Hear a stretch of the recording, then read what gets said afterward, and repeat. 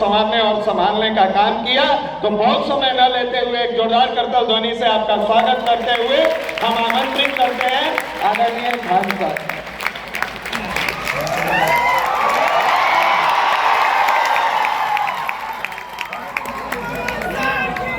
बहुत बहुत धन्यवाद। गायत्री परिवार में आए यहाँ पे समस्त भविष्य भारत का जो लिखने वाले युवा पीढ़ियों को मेरा नमन। आप लोगों पे पूरा भविष्य टिका हुआ है इस देश का। और आज से 10 साल पहले जब हम गायत्री परिवार में ये देखा करते थे कि इस स्लम में बच्चों को जाके पढ़ाया जाता था, तो उस समय से हमारी बड़ी इच्छा थी कि हम आदरणीय चिन्मय पांडे जी महाराज से मिले। लेकिन उस समय हमको लगता था पता नहीं हम मिल पाएंगे कि नहीं, इतने महापुरुष से। और आज 10 साल लग गए, सौभाग्य प्राप्त हुआ। आपको नमन करते हैं और सौभाग्य है आप ऐसे ही प्रेरणा का स्रोत बने रहें देश के युवाओं के लिए। और इस गायत्री परिवार को लेकर चलने वाले हमारे मनीष भैया, आपका सादर प्रणाम। आपको ऐसे ही और ईश्वर शक्ति दे इन युवाओं को मार्गदर्शन करने के लिए। और शिक्षा के क्षेत्र में हम लोग हैं, हमारे निशान भैया, आपका भी बहुत आभार। और पूरे गायत्री परिवार से जुड़े छोटे से लेके बड़े पदाधिकारियों का, छोटे बच्चे सबका हृदय से नमन करते हैं। देखिए, किसी भी समय किसी भी समाज को अगर आगे ले जाना है तो अब हम लोग क्या ही समाज को आगे ले जा सकते हैं। हम लोग को जहाँ जाना था चले गए, शिक्षक बनना था बन गए, हमें जहाँ जाना था हम लोग चले गए। अब आगे का भविष्य आपके हाथ में है। आप भविष्य को कहाँ लेके जाइएगा ये आपके ऊपर डिपेंड करता है। क्योंकि कहा जाता है कि तलवारों के साए पर इतिहास हमारा बनता है, जिस ओर जवानी चलती है युवा वो शक्ति होती है कि एक बार जोसेफ बेजनी ने कहा था कि यदि समाज में क्रांति लानी है तो शासन युवाओं को सौंप दो। जरूरी नहीं कि शासन केवल वहां बैठ कर ही किया जा सके। आप अपने पास जहां देख रहे हैं उस समाज को सुधारने का प्रयास करेंगे। छोटे छोटे कण कण से ही एक बड़ी चीजों का निर्माण होता है। तो युवा जो होती है इकाई होती है समाज की। किसी भी जगह के युवाओं को देख के आप वहां का अंदाजा लगा सकते हैं। लेकिन अभी के दौर में युवाओं को डिरेल ज्यादा हो रहे हैं, अपने रास्ते से भटक जा रहे हैं। उन्हें पढ़ने के लिए भेजिए, वो मोबाइल में लग जा रहे हैं, कहीं फोन पे बतियाने लग रहे हैं, लाल पीला हरा करने लग रहे हैं। ये सब करने से कोई फायदा नहीं होने वाला है। मन लगा के पढ़ाई कीजिए। अगर कोई पसंद भी आ गया तो नौकरी लेके सीधे माता पिता से बात कीजिए। लेकिन बीच में पढ़ाई रोकिएगा तो पढ़ाई भी जाएगा, आपका करियर, समय सब बर्बाद हो जाएगा। इसलिए सबसे जरूरी चीज होता है समय। समय के पास इतना समय नहीं है कि दोबारा आपको समय दे। इसलिए समय रहते निर्धारित कर लीजिए आपको क्या करना है, वरना समय एक दिन बता देगा कि आपका क्या करना है। ऐसे यहाँ से लौट के नहीं आ पाइएगा आप लोग। यहाँ पर समय और सद्बुद्धि बड़ी अजीब चीज होती है, दोनों एक साथ नहीं आती है। जब आपके पास समझ होती है तो समझ जा चुका होता है। अभी आपके पास समय है तो सद्बुद्धि ही नहीं है। यह समन्वय जिसके पास आ गया वह समझिए कि सारी चीजों पे विजय प्राप्त कर लिया। और कहीं ना कहीं गायत्री परिवार का भी यही प्रयास होता है कि समय रहते सद्बुद्धि, समय रहते आचरण, समय रहते राष्ट्र निर्माण के लिए योगदान दिया जा सके।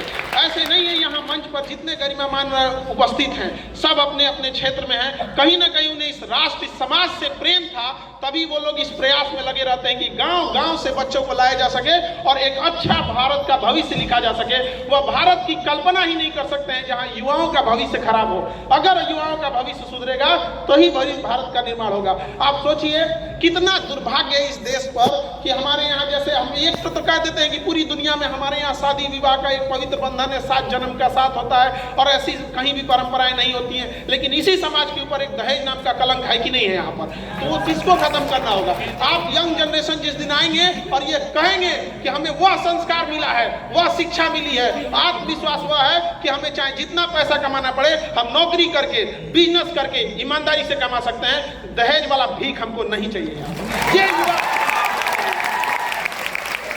हमें वह समाज नहीं चाहिए जहां कोई दहेज दे। हमें वह समाज चाहिए जहां लोग दहेज दे और सामने से आके कहे कि हम नहीं लेंगे, मतलब नहीं लेंगे। यहाँ पर ये बात हम आप सबसे, एक बड़े भाई होने के नाते जो यहाँ जनरेशन बैठी हुई है, उससे हम ये उम्मीद लेते हैं। क्योंकि आज ही मेरे भाई का भी रिसेप्शन है तो हमने भी उससे पूछा, हमने कभी दबाव नहीं डाला, हम बोले तुम्हें दहेज चाहिए तो बोलो, कहे भैया हम क्या बोलते हैं, आप सबको समाज में बोलते हैं, हम यही ले लेंगे। हमने सोचा कि अगर बोले, एक बार बोलता तो हम उसका भी इलाज करते हैं।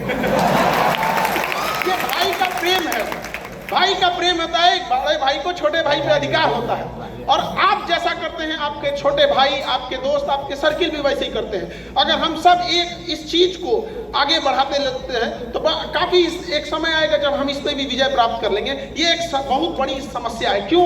क्योंकि दहेज का पैसा, वह पैसा महिलाओं की शिक्षा पे खर्च होना चाहिए, उन्हें अच्छी नैतिकता दी जानी चाहिए, अच्छा आचरण सिखाते, अच्छा हुनर सिखाते, कोई महिला डॉक्टर बनती, इंजीनियर बनती, प्रोफेसर बनती, वो पैसा उसको दहेज में दे दिया जाता है। अब उसको पढ़ने नहीं दीजिएगा तो कहेंगे कि इसके पास दिमाग ही नहीं है, पढ़ने दिया उसको, पढ़ने ही नहीं देंगे यहाँ पर। तो महिलाओं को भी इस चीज के लिए आगे आना पड़ेगा और कहना पड़ेगा कि देखिए आप दहेज नहीं लेंगे, मैं घर को स्वर्ग बना के रखूंगी, 2 बात भी सुन लेंगे, बाकी आगे का तो समझते हैं, अगर लीजिएगा तो ये दोनों हाथ से होना चाहिए। और ये महिलाओं के लिए भी बहुत जरूरी है, आप अपने अधिकार हक की लड़ाई लड़िए।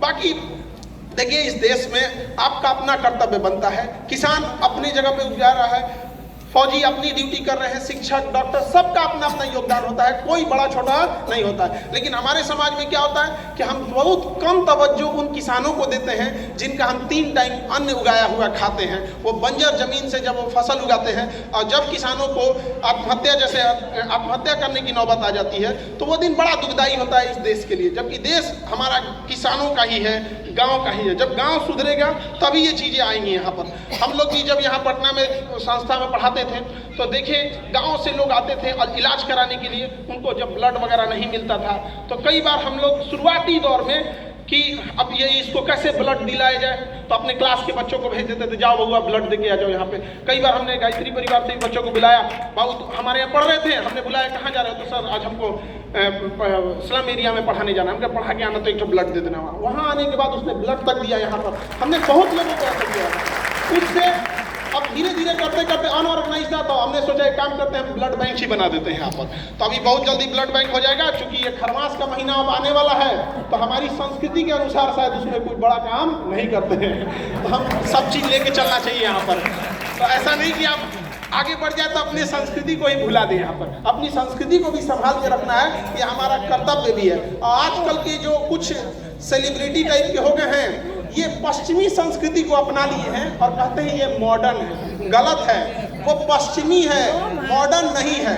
ये कौन बात होता है, तुम हाफ पैंट पे उघारे घूमेगा कहेगा कि मॉडर्न है। इन शत्रुओं को भी समझाना पड़ेगा।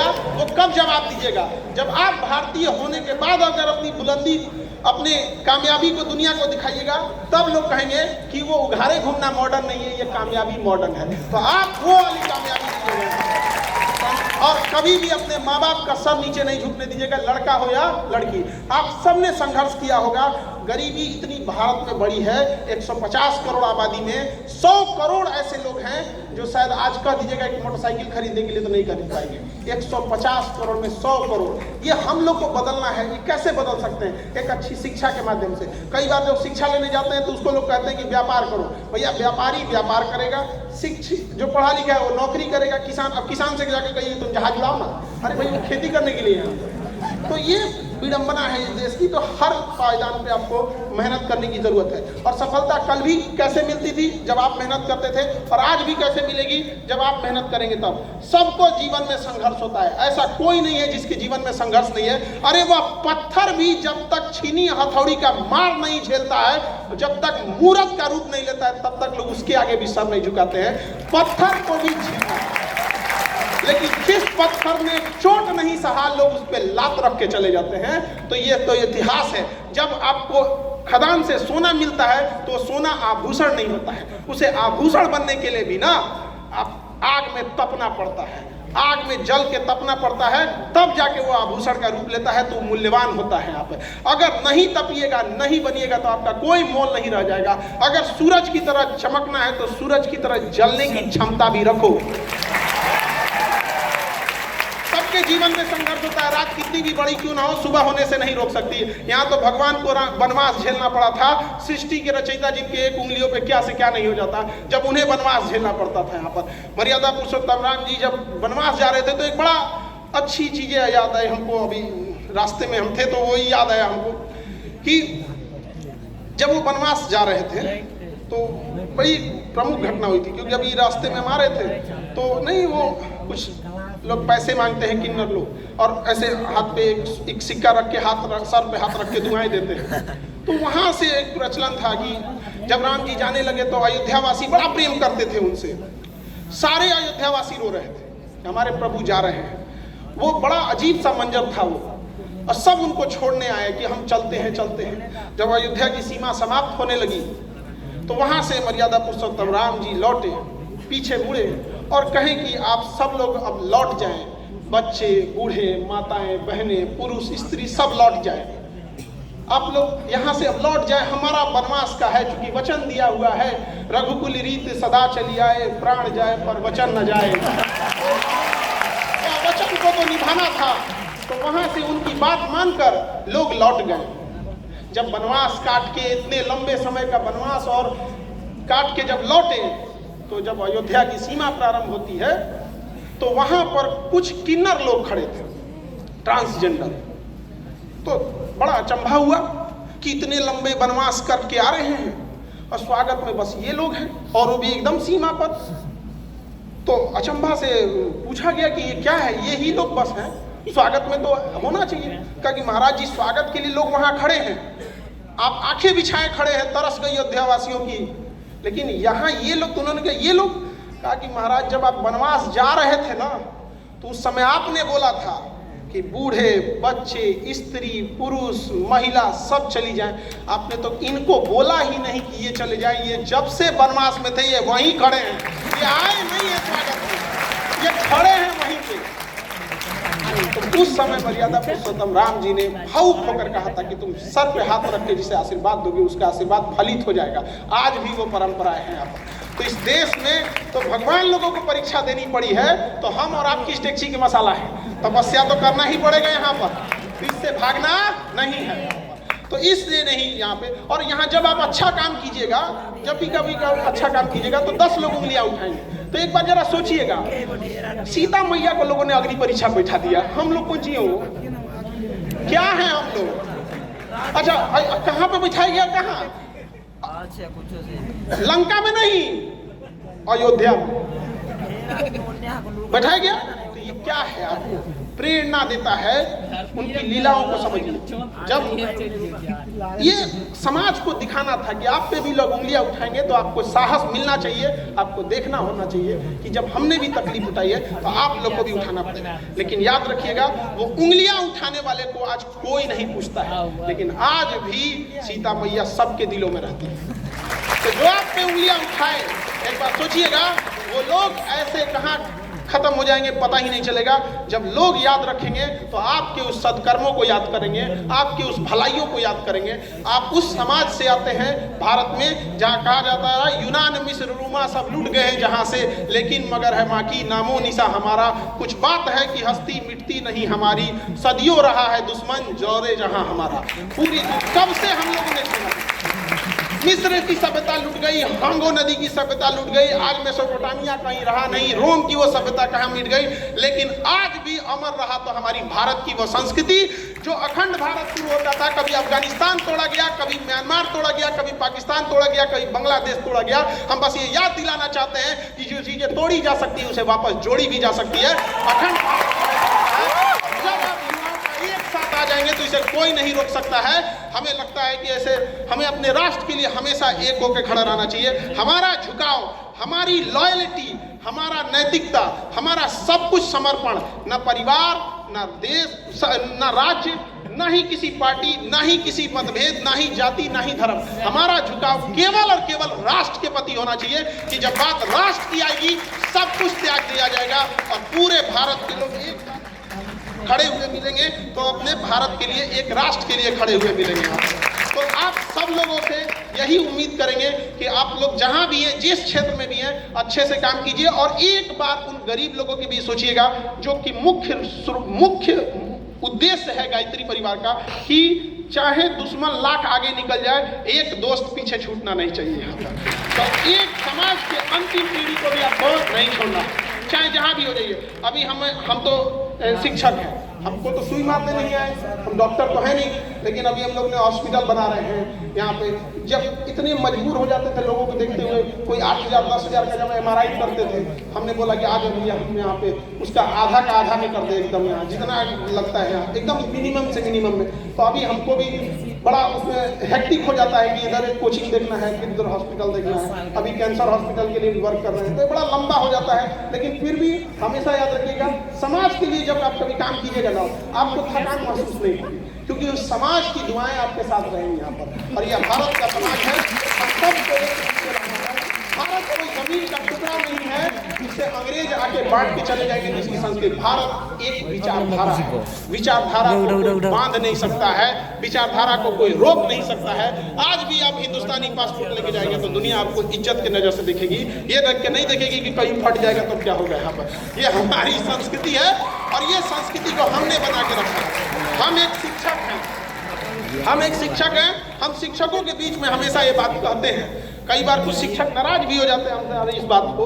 हम ये बात कहते हैं कि वर्तमान शिक्षकों का पैर छू के जो प्रणाम किया जाता है बच्चों के द्वारा, इसके लिए उनका मेहनत नहीं, हजारों सालों से उन ऋषि मुनियों की तपस्या है जो निस्वार्थ भाव से शिक्षा दिए हैं, उनके प्रति श्रद्धा है।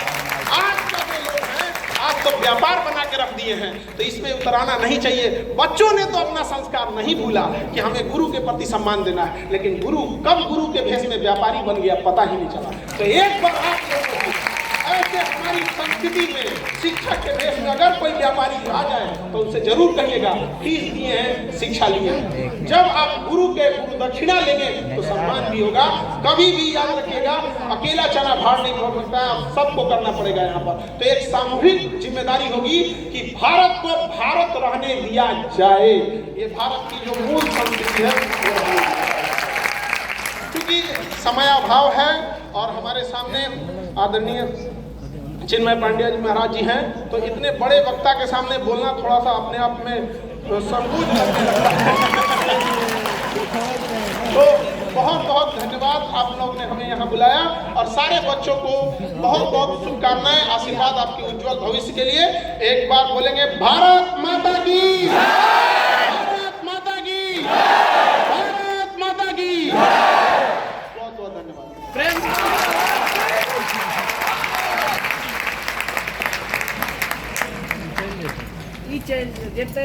क्लास है, फोन देखो जाएगा नहीं समय आप ही लोग कर देगा क्या बोलो। एक बार पुनः सर का धन्यवाद कि आपने गायत्री परिवार के एक आवाज पर व्यस्तम समय में से आप आए और आकर आपने अपना बहुमूल्य समय दिया।